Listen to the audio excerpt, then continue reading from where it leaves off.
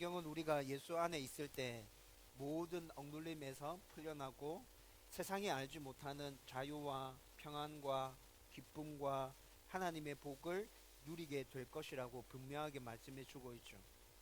성경에 나타나는 믿음의 조상들과 그리고 우리가 알고 있는 수많은 믿음의 위인들, 그들은 예수 안에서 세상이 알지 못하는 이 참된 자유, 평안, 기쁨, 복들을 누렸고 그걸 누림으로 인해서 하나님과 행복하게 동행했기에 끝까지 믿음을 지켰던 것입니다. 저와 여러분도 예수 안에서 참된 자유와 평안과 기쁨과 복을 발견하고 누리고 있다면 하나님과 행복하게 동행할 수 있을 것이고 어떤 상황 가운데서든지 끝까지 믿음을 지켜나갈 수 있게 될 것입니다. 저와 여러분들에게 이런 믿음의 사람이 되기를 주님의 이름으로 축원드립니다. 이제 오늘 말씀을 한번 생각해 보십시다. 우리는 신앙생활에서 기도와 말씀과 찬송이 가장 기본이며 가장 중요하다는 것을 계속 듣고 있습니다. 그동안 제가 여러분들에게 기도와 말씀에 대해서는 굉장히 많이 강조한 것 같은데 찬송은 자주 듣는다는 얘기만 했을 뿐 찬송해야 함에 대해서 그렇게 많이 강조하지 않은 것 같습니다. 그런데 오늘 말씀에서 기도와 찬송이 정말 신앙생활의 가장 기본이며 성도의 능력이 됨을 분명하게 보여주고 있죠. 실제로 저도 혼자 운전할 때 찬양을 굉장히 많이 듣습니다. 그리고 혼자 은혜 되는 찬양을 부르기도 하죠. 저만 그런 것이 아니라 지난 주일날 우리 조세희 성도가 단톡방에다가 위로라는 찬양을 올려줬죠.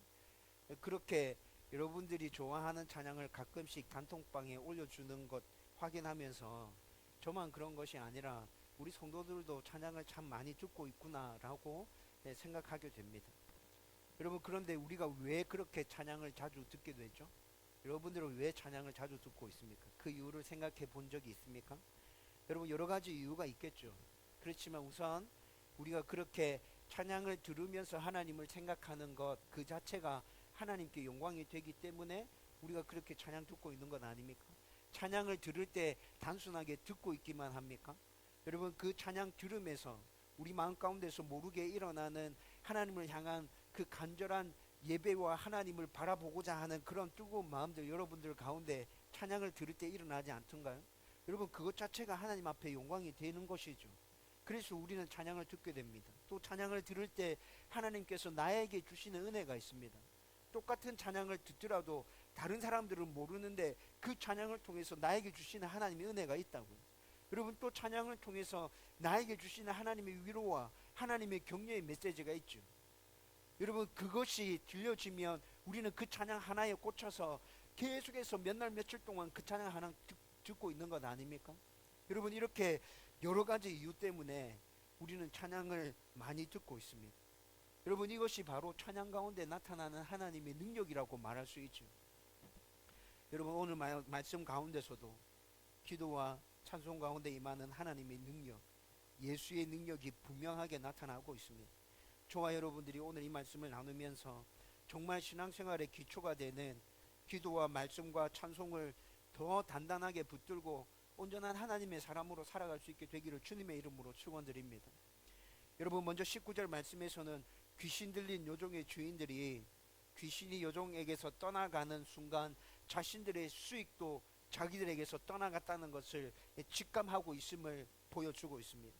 여러분, 이 사실을 분명하게 보여주는 단어가 등장하는데 한글 성경에서는 그게 잘 구분이 안 돼요.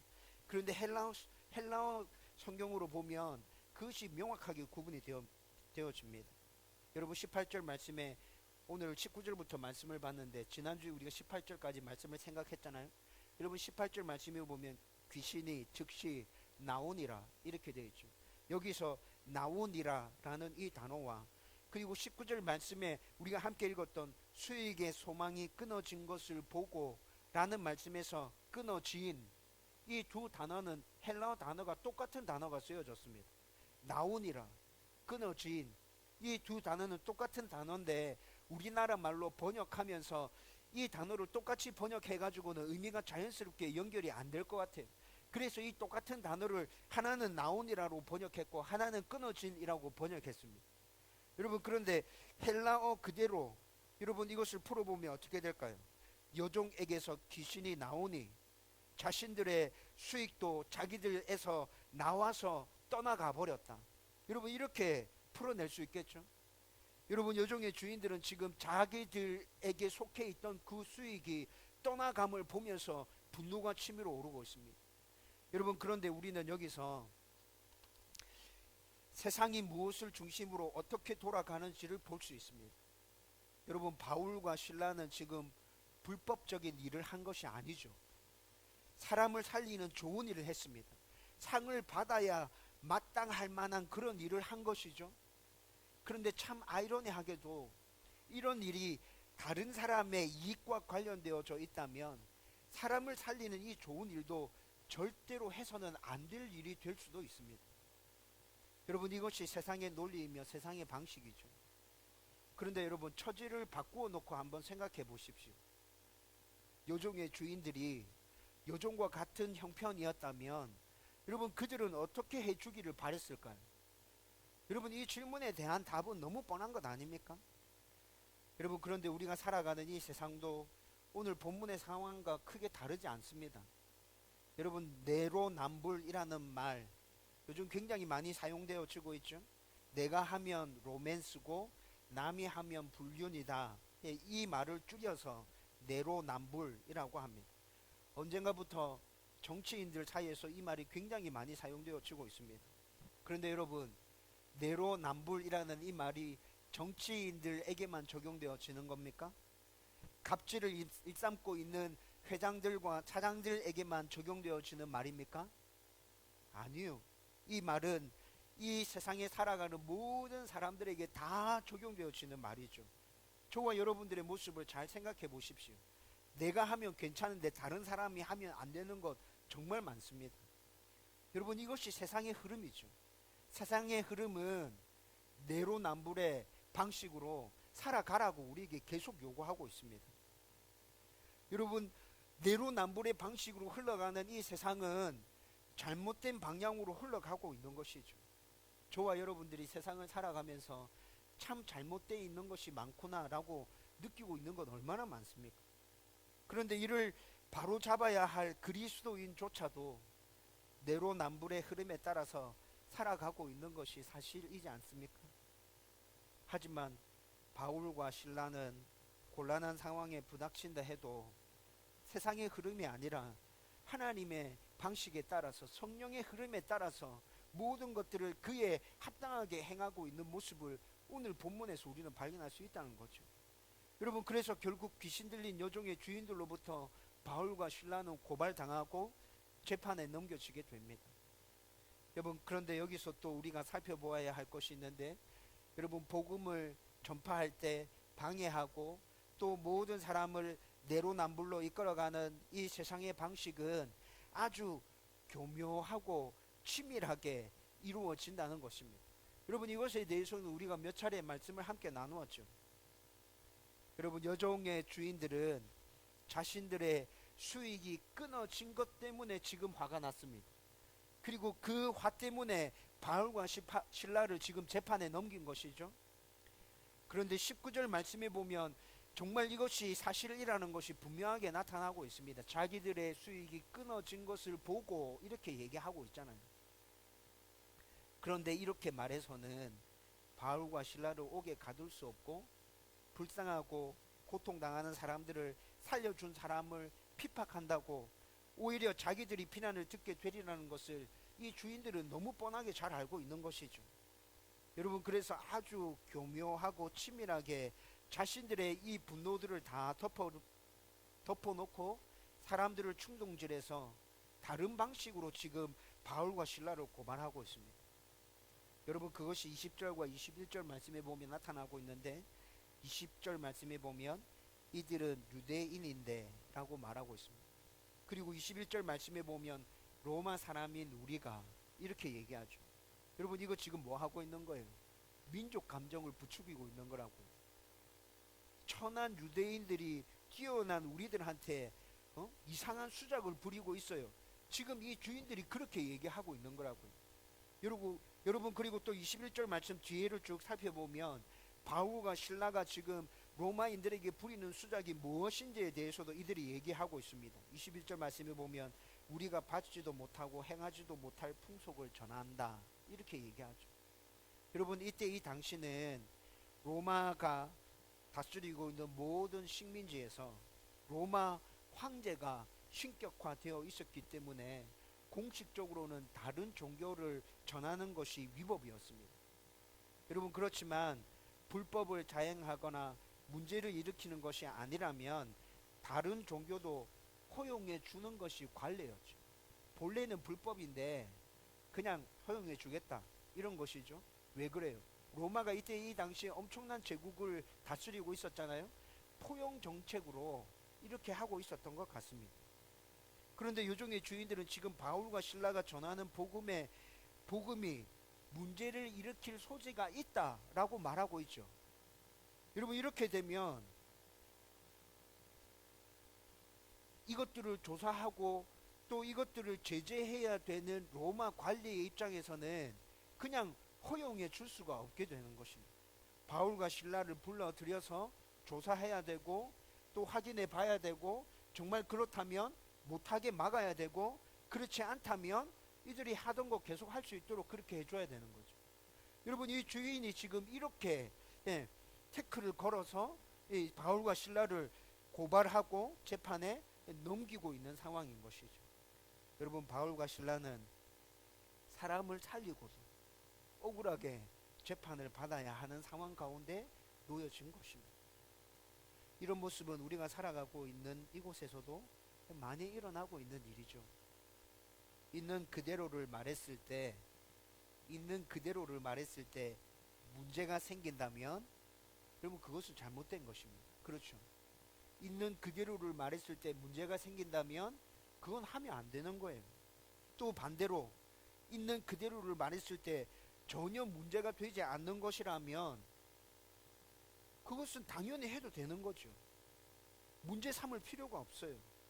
그런데 당장 나의 이익에 따라서 사람들은 있는 그대로를 말하지 않고 감출 것은 감추고 드러낼 것은 드러내고 재해석해서 그렇게 자기의 이익에 따라 모든 일들을 좌지우지하는 것을 사람들은 지혜라고 말합니다. 아주 교묘하게 조작하고 과장해서 자기에게 이익이 되는 쪽으로 모든 일들을 그렇게 끌어가려고 하고 있죠. 그리고 직접적으로 거짓말하지 않았기에 거짓말이 아니라고 말합니다. 감출 것은 감춘 거. 내가 거짓말한 게 아니잖아. 뭐가 문제인데? 이렇게 얘기한다고. 그리고 좀 더 나가면 다 그렇게 하잖아. 이 세상의 방식이 그런 거잖아. 뭐가 문제인데? 이렇게 얘기합니다. 여러분 성도 중에서도 성경에 목사님 뱀같이 지혜로워야 된다고 말씀하고 있잖아요. 지혜롭게 하는 그게 왜 문제인데요? 이렇게 반문하는 성도들도 있죠. 여러분 그런데 성경에서 지혜로워지라고 한 것이 이렇게 지혜로워지는 것을 말하고 있는 것일까요? 여러분 절대 그렇지 않습니다. 성경에서 말하는 지혜는 하나님의 말씀을 온전히 깨닫고 그것을 삶에 잘 적용하는 지혜를 말하는 것이죠. 정말 성경에서 말하는 지혜로 이 세상을 살아가려면 그렇게 살아가는 사람들을 이 세상의 대부분의 사람들은 참 단순하다, 순진하네, 세상 물정 모른다, 멍청하구나 이렇게 조롱합니다. 여러분 이 말들은 무슨 뜻을 담고 있습니까? 너도 그냥 적당히 감출 것은 감추고 드러낼 것은 드러내고 거짓말할 것은 거짓말하면서 그렇게 살아라. 이게 세상의 방식인데 너만 왜 다른 방식으로 살아가려고 하냐. 여러분 이거 지금 우리에게 요구하고 있는 것 아닙니까? 하지만 하나님은 우리를 이렇게 살라고 하나님의 백성으로 우리들을 부르신 것이 아닙니다. 바울과 실라는 이렇게 살라고 하나님께서 자신들을 하나님의 백성으로 부르셨고 또 하나님의 일꾼으로 삼으신 것이 아니라는 것을 분명하게 알고 있었습니다. 또 하나님의 뜻이 무엇인지도 정확하게 알고 있었고요. 성경에서 말하는 지혜가 무엇인지도 바울과 실라는 분명하게 알고 있었죠. 그래서 여러분 계속 이어지는 말씀들을 쭉 읽어보면 이 어렵고 힘든 상황 가운데서, 억울한 상황 가운데서 바울과 실라는 인내하고 견딥니다. 그리고 난 후에 일이 어느 정도 진행되어져 가는 가운데 이 일과 관련해서 지혜롭게 대처하고 이 일과 관련해서 지혜롭게 수습하고 있는 모습을 우리는 발견할 수 있게 된다고. 요중의 주인들이 바울과 실라를 재판정으로 끌고 갔을 때 재판관은 매질하고 감옥에 가두라고 그렇게 지시합니다. 여러분 23절 말씀에 보면 많이 친 후에 이렇게 말하고 있습니다. 여러분 이렇게 말하는 것으로 보아서 재판관의 지시에 따라서 간수들은 바울과 실라를 정말 심하게 매질했다는 것을 알 수 있게 되죠. 그리고 깊은 옥에 착고를 채워서 가두게 됩니다. 여러분 고린도후서 11장 23절 이하 말씀 쭉 읽어보면 복음을 전하다가 바울이 당한 고난에 대해서 설명하는 긴 설명들이 나타나는데 그 설명에서 죽을 만큼 맞았던 것이 3번 있다. 바울이 이렇게 얘기하거든요. 내가 복음을 전하다가 죽을 만큼 맞았던 적이 3번 있다 라고 얘기했는데 그 3번 중에 한 번이 오늘 본문에 나타난 이 매맞음 사건이었을 것입니다. 여러분 그리고 25절 말씀에는 한밤중에 바울과 실라가 기도하고 하나님을 찬송했다고 말하고 있습니다. 학자들이 추측하기로는 심한 매질로 정신을 잃었는데 바울과 실라가 한밤중에 정신을 차리고 깨어나서 하나님께 기도하고 찬송하고 있다라고 학자들은 그렇게 추측하고 이야기합니다. 여러분 그런데 바울과 실라의 이런 모습이 이해되어지십니까? 심하게 매를 맞았습니다. 찢어진 상처에 쓰라림. 여러분 매 맞을 때 곳곳에 찢어지고 막 상처가 났을 거예요. 여러분 정신이 들어서 깨어났을 때 그 상처들의 쓰라림이 온몸 구석구석이 파고들지 않았겠어요? 깊은 멍이 든 곳에 욱신거림들, 뼈마디가 끊어지는 것 같은 그런 고통들, 신음소리 한마디조차 내뱉을 수 없는, 시원하게 내뱉을 수 없는 그런 고통 가운데 이들이 있을 것 같지 않습니까? 손가락 하나 까딱하는 것조차도 정말 힘든 형편 가운데 있겠다라는 생각이 듭니다. 여러분 그런데 정신이 들자마자 이들은 기도하며 하나님을 찬송하고 있습니다. 바울과 실라의 이런 모습에서 세상의 방식이 아닌 하나님의 방식대로 살아가는 진짜 성도의 삶의 모습을 보게 됩니다. 귀신에게 억눌린 사람을 살렸는데 오히려 억울하게 옥에 갇혔습니다. 그냥 옥에 갇힌 것도 아니고 심하게 매를 맞아서 성한 곳이 한 군데도 없습니다. 여러분 이런 상황 중에서 정신이 들었을 때 우리 같으면 분노하고 원망하고 소리치고 불평하고 하소연하고 내가 뭘 잘못했냐고, 내가 뭘 잘못했기에 이렇게 했냐고 소리 지르면서 간수들을 불러내고 빨리 풀어달라고 아우성 치며 난리겠죠. 그렇게 발악하다가 아무 반응이 없으면 자포자기하는 것 아닙니까? 그런데 바울과 실라는 그렇게 하지 않습니다. 하나님을 붙들고 기도하고 찬송하고 있죠. 여러분 바로 이것이 진짜 성도의 모습인 것입니다. 그리고 25절 말씀에서는 바울과 실라의 이 기도와 찬송을 죄수들이 듣더라 라고 말씀하고 있습니다. 다른 죄수들이 바울과 실라가 정신을 차리자마자 원망하고 불평하고 소리 지르는 것이 아니라 하나님께 기도하고 찬양하는 소리를 죄수들이 듣고 있습니다. 여러분 이 죄수들이 처음 생각할 때는 저놈들은 정말 미친놈들이구나, 제정신이 아니다 라고 생각했을 거예요. 우리와 좀 다른 종자의 인간들이구나 라고 생각했을 겁니다.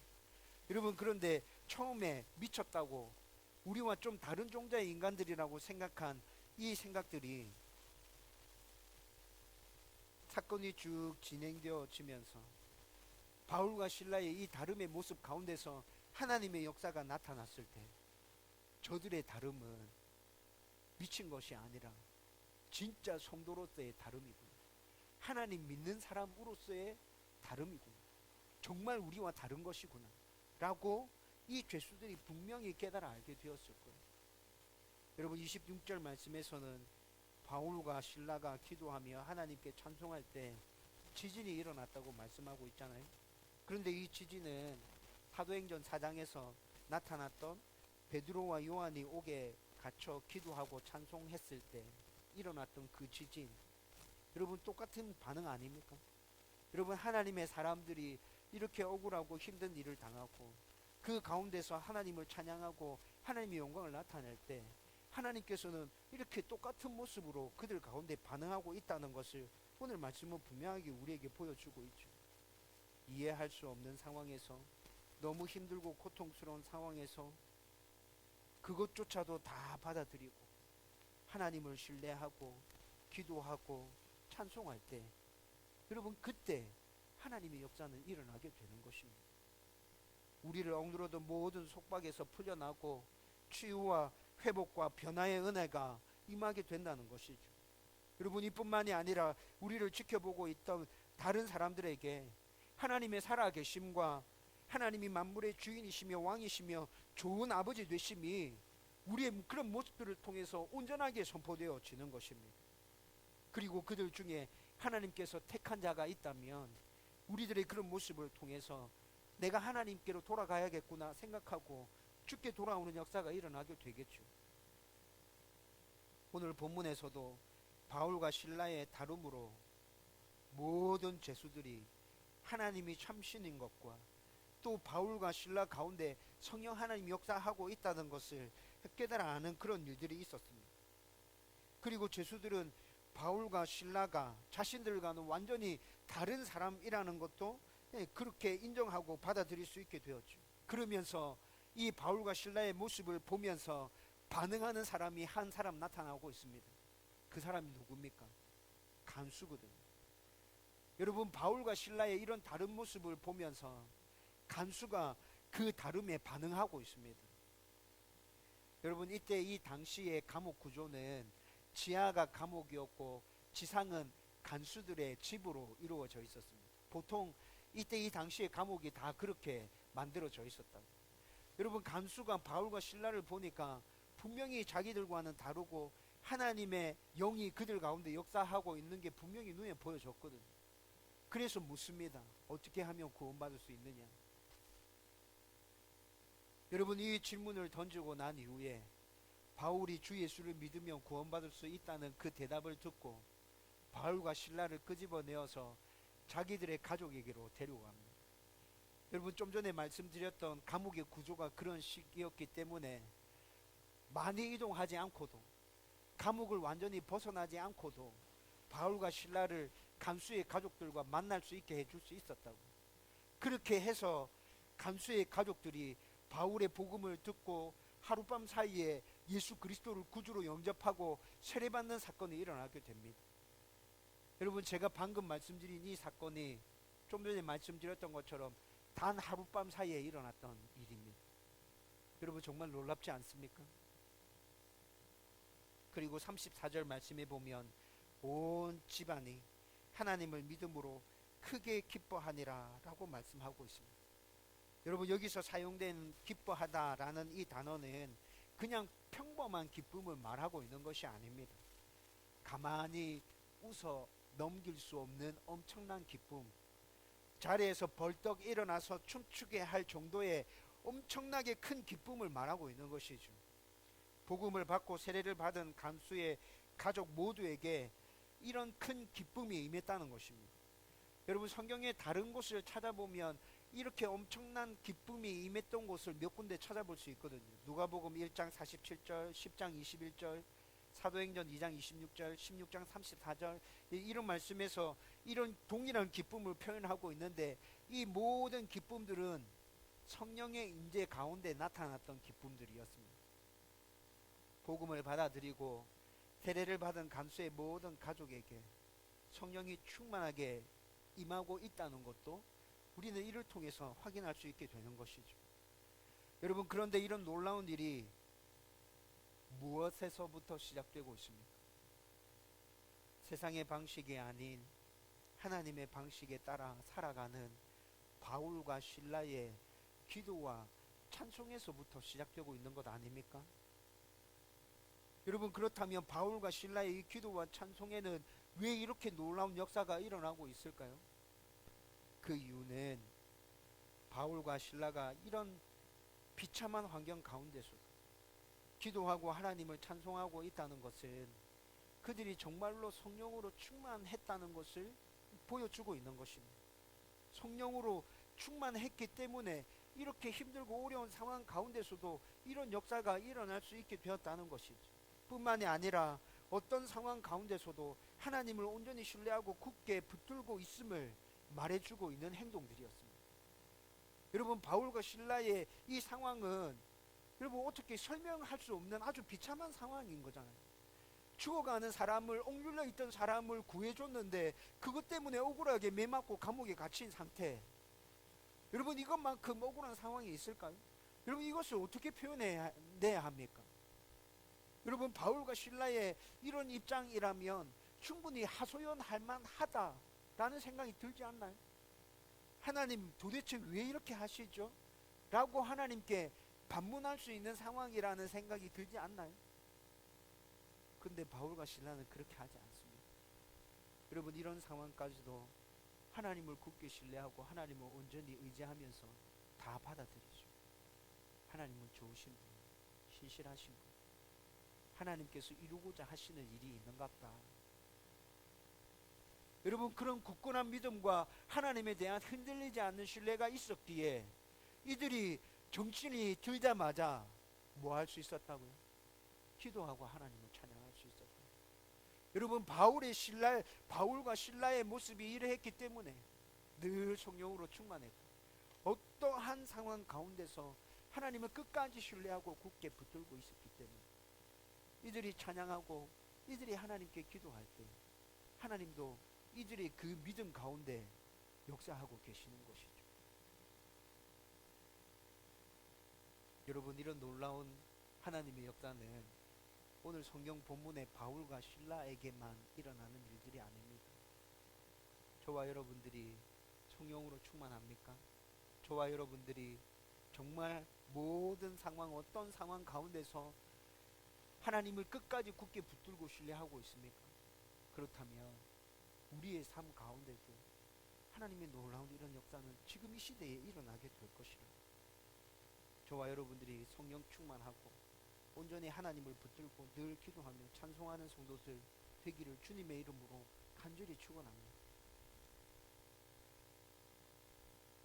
여러분, 오늘 말씀에서 바울과 실라가 이런 모습으로 하나님을 찬양하고 기도할 때 하나님의 놀라운 역사가 일어났기에 여러분, 우리의 모든 삶 가운데도 늘 하나님을 찬양하고 하나님과 기도하기 위해 하나님과 기도로 교제하기 위한 몸부림이 끊이지 않고 일어나야 한다는 것이죠. 저와 여러분들이 그렇게 살아간다면 좀 전에 말씀드렸던 거죠. 하나님의 복과 하나님의 기쁨, 평안 이런 것들을 다 누리면서 정말 하나님 앞에 온전한 영광 올려드리며 살아가는 저와 여러분들 될 수 있을 겁니다. 여러분, 이제 말씀을 정리하려고 합니다. 여러분, 어제 페이스북에서 글을 읽다가 제 마음에 팍 박히는 글을 하나 읽었습니다. 아주 짧은 글인데 이런 글이었어요. 사역을 하다 지치는 이유는 영적인 감동이 없어서인데 영적인 감동을 유지하는 것은 은밀한 기도 생활이다. 여러분, 어제 이 문장 한 문장을 읽었는데 이게 가슴에 확 꽂혔어요. 아, 진짜 그렇다. 여러분, 이 말에 200% 제가 공감합니다. 여러분, 사역을 하다가 지치는 이유는 은밀하게 하나님과 교제하는 기도의 시간이 없기 때문에 사역에 지치는 것입니다. 사역이 아무리 많다 하더라도 하나님과 교제하는 은밀한 교제의 시간이 있다면 그 어떤 상황 가운데서도 우리는 지치지 않고 하나님의 은혜 가운데서 모든 일들을 감당하며 나갈 수 있게 될 겁니다. 여러분, 이 말의 핵심은 어떤 상황에서든지 하나님과 교제하라는 것이죠. 그렇죠? 하나님과 교제하면 지치지 않을 수 있다 라는 말을 이렇게 지금 얘기한 거잖아요. 여러분, 그런데 하나님과 교제하는 것 정말 중요한데 여기서는 기도만 얘기하고 있어요. 근데 제가 오늘 말씀을 쭉 준비하면서 이 말에 덧붙이고 싶은 게 있다. 기도로 하나님과 교제하는 건 맞지만 기도뿐만이 아니라 우리는 말씀을 붙들고도 하나님과 교제해야 되고 찬양을 통해서도 하나님과 교제해야 된다. 여러분, 이것을 저는 덧붙이고 싶더라고요. 우리의 삶 가운데 기도로 하나님과 교제하고 있고 말씀을 붙들고 말씀을 깊이 묵상하며 하나님과 교제하고 있고 순간순간 찬양하며 하나님과 교제하고 있다면 여러분, 우리는 모든 순간에서 쓰러지거나 넘어지지 않을 것입니다. 하나님의 사람으로 이 땅 가운데서 당당하게 살아갈 수 있게 될 것입니다. 여러분, 이런 생각들을 하면서 제 마음 가운데 찬양의 시간들을 더 많이 가져야겠다 라는 그런 마음들이 강하게 일어나죠. 여러분, 제가 운전을 할 때 찬양을 굉장히 많이 듣습니다. 근데 운전할 때 찬양 듣는 것뿐만이 아니라 내 가슴팍에 꽂히는 그 찬양을 음정과 박자가 맞지 않다 하더라고요. 하나님 앞에 영광을 올려드리기 위해서 찬양해야겠다. 그것이 하나님과 온전한 교제를 이루기 위한 내가 할 수 있는 최선의 방법입니다. 기도하는 것, 말씀을 깊이 묵상하는 것, 찬양하는 것. 여러분들도 마찬가지 아닙니까? 여러분들도 그렇게 기도하고 있다면, 여러분들도 그렇게 말씀을 붙들고 있다면, 여러분들도 그렇게 찬양하고 있다면 여러분들 삶 가운데 임하는 하나님의 놀라운 능력을 여러분들의 삶 가운데서 경험할 수 있게 될 것입니다.